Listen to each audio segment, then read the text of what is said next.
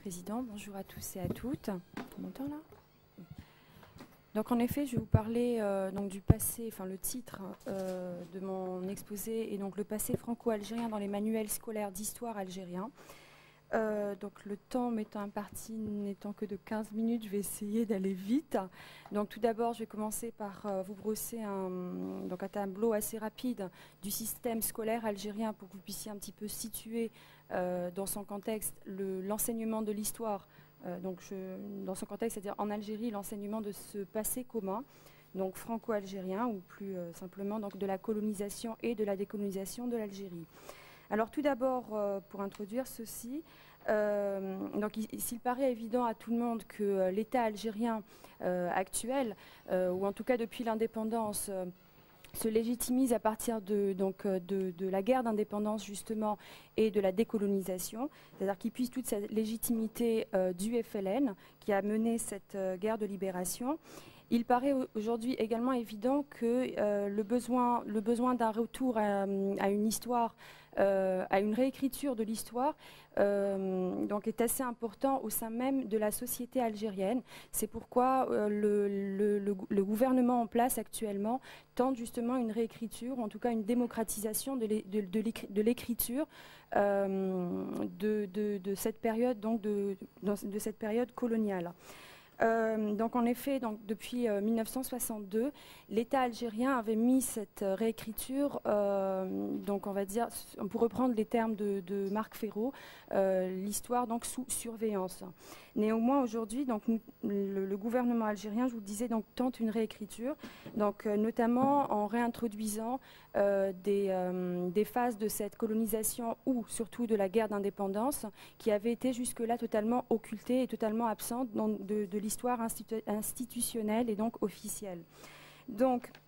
À propos du système éducatif algérien, jusqu'à la rentrée 2003-2004, nous avions un système qui était dit fondamental, qui comprenait 6 années d'école primaire, sachant que l'étude de l'histoire commençait en 5e année primaire, c'est-à-dire que ça allait de la première à la 6e année.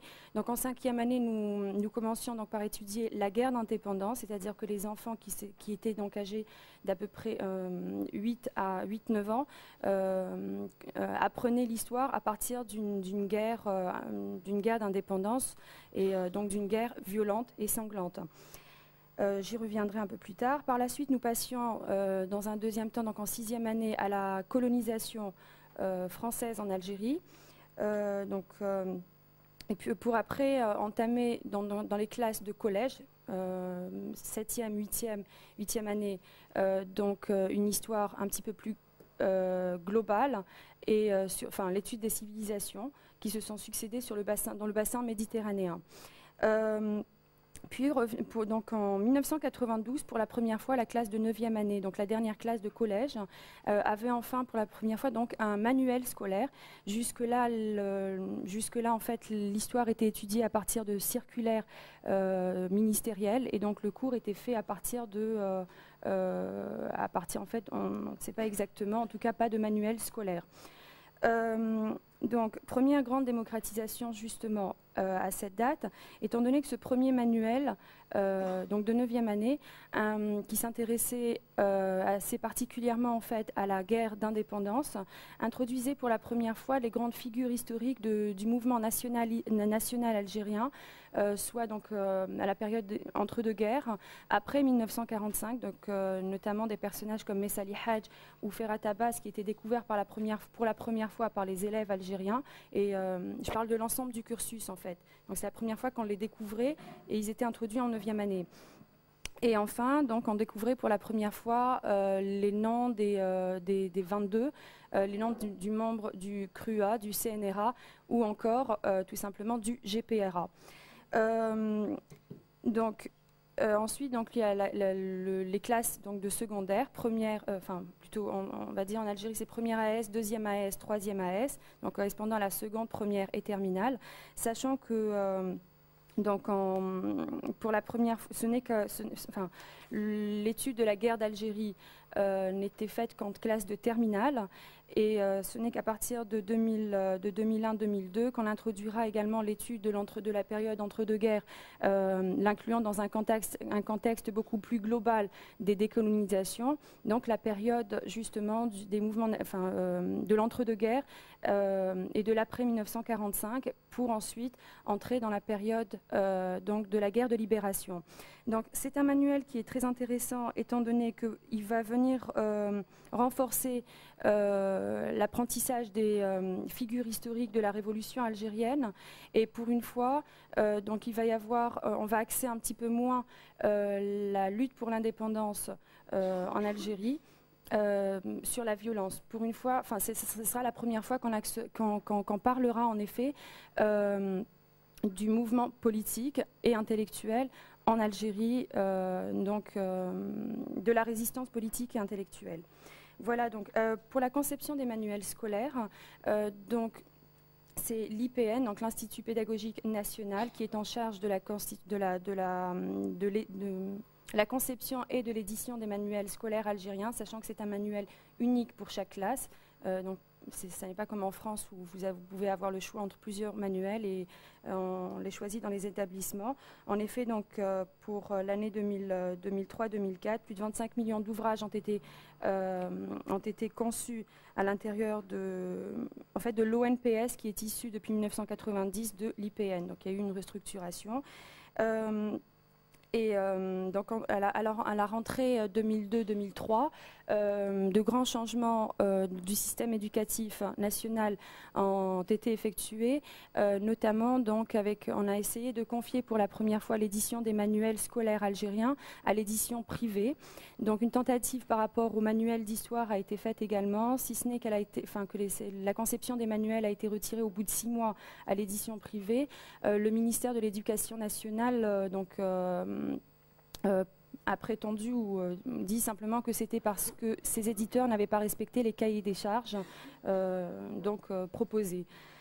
Donc aujourd'hui, les manuels d'histoire, de géographie, d'éducation religieuse, de littérature arabe et de philosophie pour les classes de terminale sont revenus à l'édition ministérielle, donc sont toujours conçus à l'intérieur du système lui-même. Alors, à propos donc je vous ai parlé déjà une première fois de l'introduction des figures emblématiques du mouvement nationaliste algérien, du mouvement national et donc des acteurs de la guerre de libération en Algérie. Je vous ai dit donc qu'en 1992, pour la première fois, il y avait une introduction de ces figures, donc qui sont revenus également dans les manuels proposés à partir des années 2000. En fait, c'est vraiment une adaptation du gouvernement en place aux événements qui se sont produits en Algérie depuis la fin des années 80. En effet, nous allons également réintroduire ce concept de pluralisme politique, de réflexion également, parce que jusque-là, en fait, on expliquait simplement la lutte du peuple algérien qui était constitué, en fait, qui était expliqué comme un tout constitué. En fait, on va distiller cette idée à travers les manuels scolaires que l'Algérie était quelque chose était une entité existant de tout temps. Et donc, on va évidemment pas parler de la constitution de l'Algérie après l'indépendance, dans la colonisation, mais simplement de l'union d'un peuple algérien derrière le FLN, ALN, pour la lutte, mais qui va être une continuité d'une lutte qui est ancestrale contre toutes les colonisations, toutes les invasions que va subir donc, le Maghreb et l'Algérie plus particulièrement. Alors, à propos justement de la réintroduction des figures nationalistes, donc pour la première fois en 1992, par exemple, nous allons découvrir la figure de Boudiaf, et pour cause, c'est le moment auquel donc, il va revenir en Algérie. Donc, pour la première fois, les élèves algériens vont entendre parler du père de la Révolution, en fait, parce que là, du coup, il va être présenté comme tel.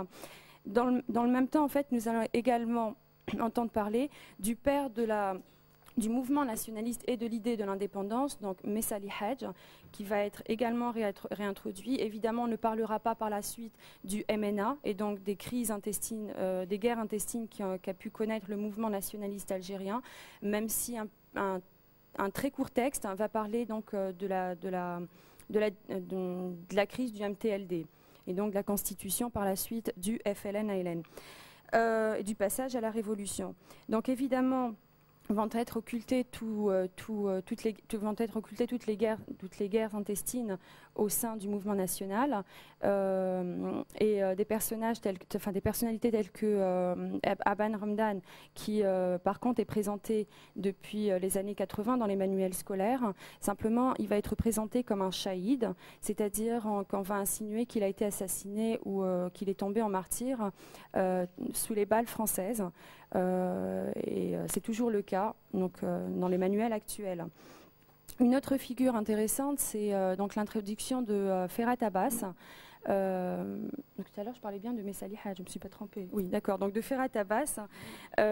Donc jusque dans les années 90, en effet, celui-ci va être présenté comme un assimilationniste, donc avec une connotation très péjorative, donc aux côtés de Bentami et de Ben Jaloul. Par la suite, un texte, donc à partir de 2000, un texte dans le manuel de 2e AS, en fait, va réhabiliter le personnage la personnalité de Ferhat Abbas. En effet, un petit texte donc une biographie plutôt de Ferhat Abbas va être conclu donc par une petite phrase intéressante. Donc il dit tous les grands hommes ont pu commettre des erreurs. Donc c'est tout de même quelqu'un qui a fini par rejoindre donc la lutte pour l'indépendance. Donc il sera totalement réhabilité et on lui pardonnera donc ses erreurs. En précisant bien que par la suite il sera donc président du GPRA. Donc les oulémas par contre, donc ils ne seront jamais par contre présentés par exemple comme assimilationnistes à aucun moment. En fait, on va même les présenter comme étant les fondateurs de l'idée, donc les pères de l'idée d'indépendance, même si à certains moments on insinuera quand même qu'ils n'avaient pas donc d'activité politique à proprement parler. Donc à partir des années 20-30. Évidemment, la figure que l'on retrouvera le plus souvent dans les manuels scolaires sera, pour commencer, l'émir Abdelkader. L'émir Khaled n'apparaîtra que dans les derniers manuels, étant donné que lui axera donc son travail sur une lutte plus intellectuelle, en fait, qui n'arrange pas forcément cette idée, qui ne sert pas cette idée donc, de lutte par la violence. Par la suite, évidemment, nous retrouverons la figure de, donc je vous le disais, de Messali Hadj, aux côtés de celle de Ferhat Abbas. Je suis trop proche, d'accord. Et quand il faudra rompre donc, avec cette figure de Messali Hadj, donc, pour contrebalancer son charisme, donc, c'est ce qui sera fait en fait, de tout temps dans les manuels scolaires. On ne parlera que d'un seul héros, en fait, qui est le peuple lui-même. Donc un seul héros, le peuple, c'est le credo de tout temps dans les manuels scolaires. Même si, je vous le disais, donc on mettra en avant quand même la figure de l'émir Abdelkader et par la suite de Cheikh Abdul Badis, qui sera présenté très régulièrement dans les manuels, notant tout de même que dans les derniers manuels, en fait, ces portraits seront effacés de plus en plus, donc pour faire place à des figures plus récentes donc de la lutte pour l'indépendance, du coup. Alors, l'iconographie maintenant, très rapidement, je pense, oui. Ah, donc évidemment, les manuels donc, de primaire sont très fournis en photographie, en images, tout simplement. Une chose à noter qui est très importante, c'est que les images dans les manuels scolaires sont très rarement référencées.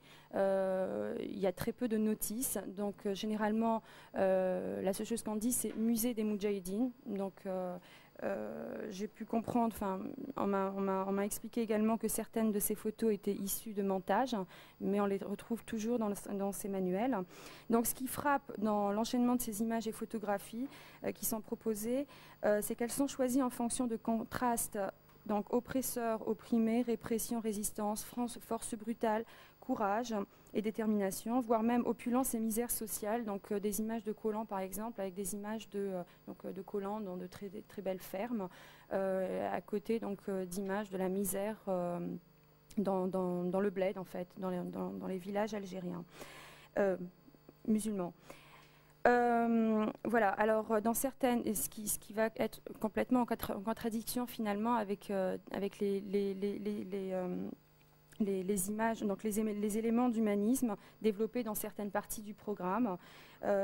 Nous allons également avoir certaines photos illustrant la violence, la torture ou encore la misère, je vous le disais, donc, du peuple algérien, de façon très crue. Donc notamment une image en classe de 5e année, donc je vous le rappelle, proposée à des enfants de 8-9 ans, donc une image d'un visage brûlé au napalm, ou encore une image, donc pareil, apparemment montage, de la torture, sachant qu'évidemment on n'a pas on n'a toujours pas d'image réelle illustrant donc la torture. Là, c'est une image de la Gégène en fait. Et donc voilà. Ensuite, donc, je vous le disais, cette réintroduction des images des acteurs de la révolution algérienne, donc notamment des négociateurs déviants. Donc néanmoins, il n'y a toujours pas de notice. Donc on dit simplement les négociateurs déviants. Donc on ne sait pas qui ils sont. Voilà. Donc je pense que j'ai plus vraiment beaucoup de temps. D'accord. Donc je vais aller assez vite. Donc de manière générale, on va consacrer l'histoire de l'Algérie aux martyrs de la Révolution. Donc ceci s'inscrit dans une politique bien établie. En 1974, le président Boumedienne, donc le 8 mai 1974, le président Boumedienne déclarait d'ailleurs donc l'histoire de l'Algérie, particulièrement celle de la guerre de libération, ne doit pas être consacrée aux vivants, mais doit glorifier les morts. Donc ceci est un compte rendu d'une déclaration qu'il avait fait à Majallat al-Tahrir, donc le 2 novembre, dans le numéro du 2 novembre 1975. Non, le numéro 2, pardon, en novembre 1975. Donc, pour finir, je dirais simplement en fait que encore et toujours on inscrit la lutte pour l'indépendance de l'Algérie. Déjà on fonde la nation algérienne dans cette lutte et cette résistance aux invasions quelles qu'elles soient, mais plus précisément donc à la lutte contre la colonisation française. On légitime le pouvoir actuel, donc le FLN jusqu'à la fin des années 80 et donc les successeurs actuels, donc dans cette lutte pour l'indépendance. Donc tout le monde se revendique, enfin évidemment. Voilà, je vais passer simplement à la fin en fait, à la lecture des manuels d'histoire. Donc nous nous trouvons confrontés à une réalité qui a déjà été évoquée donc, par Mohamed Harbi, donc qui parle de 3 mythes fondateurs concernant l'écriture de l'histoire et de la guerre d'indépendance. Donc il y a tout d'abord le mythe de la table rase, de tout ce qui existait avant 1945, puis le mythe d'un peuple homogène en Algérie, et enfin celui d'une révolution faite par des paysans. Donc nous noterons toutefois que s'il existait jusqu'à ces dernières années ce mythe, donc s'il était juste de parler du mythe de table rase de l'histoire des périodes antérieures à la guerre d'indépendance, c'est de moins en moins le cas dans les nouveaux manuels, donc notamment depuis l'introduction du manuel de 2e et de 9e année. En effet, ceci donc revalorise la résistance armée pendant la deuxième moitié du 19e siècle, mais surtout la résistance politique qui s'en est suivie au 20e siècle. Donc en effet, dans les manuels de 2e AS, la période coloniale antérieure à la guerre de libération est abordée en 10 chapitres, hein, donc aucun autre manuel n'accorde autant de place ou de chapitres à une même période. En fait, depuis l'introduction de ce manuel, la période antérieure à 1954 bénéficie en tout de 37 chapitres sur l'ensemble des manuels scolaires algériens, alors que 27 chapitres seulement sont consacrés à la guerre de libération, enfin je dis seulement en comparaison, ce qui représente donc un énorme changement, d'autant que l'ancien manuel de 2e AS ne consacrait en réalité que 4, contre 10 maintenant, à l'histoire de l'Algérie. Donc, à propos de la valorisation, donc le deuxième mythe, la valorisation de la résistance armée, de la dépréciation relative à l'action politique. Donc, dans le manuel de 6e année, il est proposé un tableau récapitulatif de la résistance algérienne entre 1830 et 1962, qui s'arrête donc en 1916-1917, date de l'insurrection des Aurès, laissant un vide concernant l'action politique, considérée stérile entre 1916 et 1945. Donc, pour reprendre à la date du 8 mai 1945. 1935. Les deux autres mythes dont parle Harbi sont totalement confirmés dans les manuels qui renvoient l'image d'un peuple constitué principalement de paysans unis derrière le FLN.